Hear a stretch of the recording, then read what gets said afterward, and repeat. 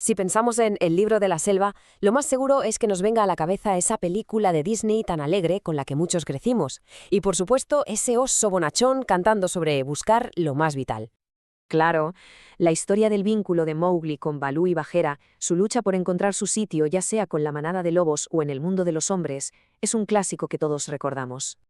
Bueno, pues vamos a meternos de lleno en esto, porque, ojo, detrás de esa fachada tan alegre que nos vendió Disney, se esconde una realidad mucho, pero que mucho más oscura. La verdad es que esta película, que parecía tan inocente, quizá nunca debió contarse como una historia para niños. Y es que lo que vamos a desvelar hoy es que esa historia que creemos conocer esconde no uno, sino dos orígenes profundamente perturbadores. Por un lado, el trauma infantil de su autor, y por otro, la trágica vida del niño real que inspiró al personaje de Mowgli. Vamos a empezar por el principio, con el autor del libro original, Rudyard Kipling. Su historia es la primera clave para entender qué significa de verdad la selva de Mowgli. Kipling nació en la India colonial británica, pero su verdadero hogar, su familia de verdad, no eran sus padres, era su niñera india. Ella fue quien le enseñó las historias, los olores, los sonidos de la India. Su infancia fue un paraíso, vamos, un mundo vibrante muy parecido a la vida feliz y libre de Mowgli con su manada. Se sentía parte de ese lugar.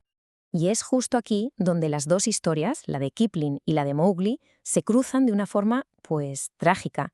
Igual que Mowgli es expulsado de la selva por la amenaza de Shere Khan, el joven Kipling fue arrancado de su paraíso y enviado muy lejos. Porque con solo 6 años, sus padres lo mandaron a Inglaterra, a vivir con una familia de acogida en un lugar que él mismo años después acabaría llamando la Casa de las Penas y describiría como sus años negros. La crueldad de esta gente, de los Holloway, iba mucho más allá de lo físico. Es que lo castigaban por sentir, por echar de menos a sus padres. Y esa palabra ayuda, que encontraron años después tallada en el sótano, es que es un testimonio silencioso pero absolutamente desgarrador de lo que vivió. Él mismo, Kipling, transformó esta experiencia en un cuento, y esta cita de esa obra es que lo dice todo. El daño ya estaba hecho. Esa sensación de abandono y de crueldad marcaría su identidad para siempre, igual que la violencia marcó a su personaje. Y esto nos lleva a la segunda parte de esta historia oculta. Años más tarde, al volver a la India, Kipling oyó hablar de un niño que de verdad vivió entre lobos, y esa historia se convirtió en la otra mitad del alma de Mowgli. Su nombre era Dina Sanichar. Y no, él no era un personaje de ficción. Fue un niño de carne y hueso, y su vida fue mucho más trágica que cualquier cuento.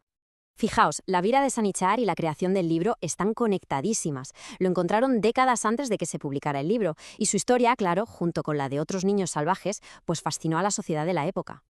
A ver, a diferencia de la historia de Mowgli, el regreso de Sanichar al mundo de los hombres no fue para nada una salvación. Fue, más bien, el principio de su infierno. Su rescate, entre comillas, fue de una violencia increíble. Lo arrancaron de su hogar a la fuerza y tuvo que ver cómo mataban a la única familia que había conocido. Así que aquí está el quid de la cuestión. Mientras que la vida de Mowgli es toda una aventura, la de Sanichar fue una existencia solitaria, trágica, atrapado entre un mundo que había perdido y esto que jamás llegó a comprender. Es que la fantasía de Disney no puede estar más lejos de la realidad. ¿Que Mowgli hablaba y cantaba? Sanichar se quedó mudo. Solo hacía sonidos de animales, se negaba a comer comida cocinada y nunca se adaptó a la sociedad. La aventura de uno fue la tragedia del otro. Así de claro. Su vida en el orfanato fue una lucha constante, no hay otra forma de decirlo. Todo lo que para cualquiera de nosotros es normal, para él era antinatural. Y para colmo, en lugar de recibir ayuda o compasión, lo trataron como a una atracción de feria. Pero, y esto es importante, a pesar de cómo lo veían, de los prejuicios de la época, los informes del orfanato cuentan otra cosa. Revelan que Sanichar era mucho más de lo que la gente quería ver. Estas anécdotas son fascinantes, de verdad. Demuestran que a pesar de todas las barreras, Sanichar era capaz de sentir orgullo, por ejemplo, al mantener su taza limpia. Entendía conceptos abstractos como el valor del dinero. Y lo más conmovedor de todo, era consciente de la vida y de la muerte. Llegó a preguntar por un amigo que había fallecido. No era un salvaje, para nada. Era un ser humano que había sufrido una pérdida incalculable. Entonces, ¿con qué nos quedamos después de todo esto? Vamos a unir las dos historias, la de Kipling y la de Sanichar, para entender el legado real de El libro de la selva. Y aquí están los dos caminos, los dos legados paralelos. Por un lado, Kipling, que consiguió canalizar todo su dolor en arte como una forma de procesar su soledad. Y por otro, Sanichar, él no tuvo esa oportunidad. Su dolorosa realidad quedó enterrada bajo una fantasía que el mundo simplemente prefirió escuchar. A ver, no se le puede negar el genio a Kipling. Es increíble cómo logró convertir sus peores vivencias, el abandono, el abuso, esa sensación de no pertenecer a ningún sitio, en una historia que, paradójicamente, va sobre encontrar una familia y un hogar. Es un acto de alquimia artística, realmente. Pero claro, aquí llega la gran pregunta. Al celebrar esa ficción tan bonita, ¿no estaremos sin querer ignorando la verdad tan trágica que la inspiró? La historia de Dina Sanichar es la de un niño que lo perdió todo, 2 veces y nunca encontró su lugar. Y su historia también merece ser contada, ¿no? Así que para terminar, queda una reflexión en el aire. ¿Es el libro de la selva un ejemplo precioso de cómo se puede superar el sufrimiento?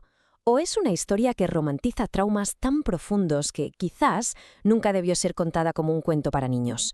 La respuesta, como casi siempre, probablemente está en un punto intermedio, entre esos dos mundos.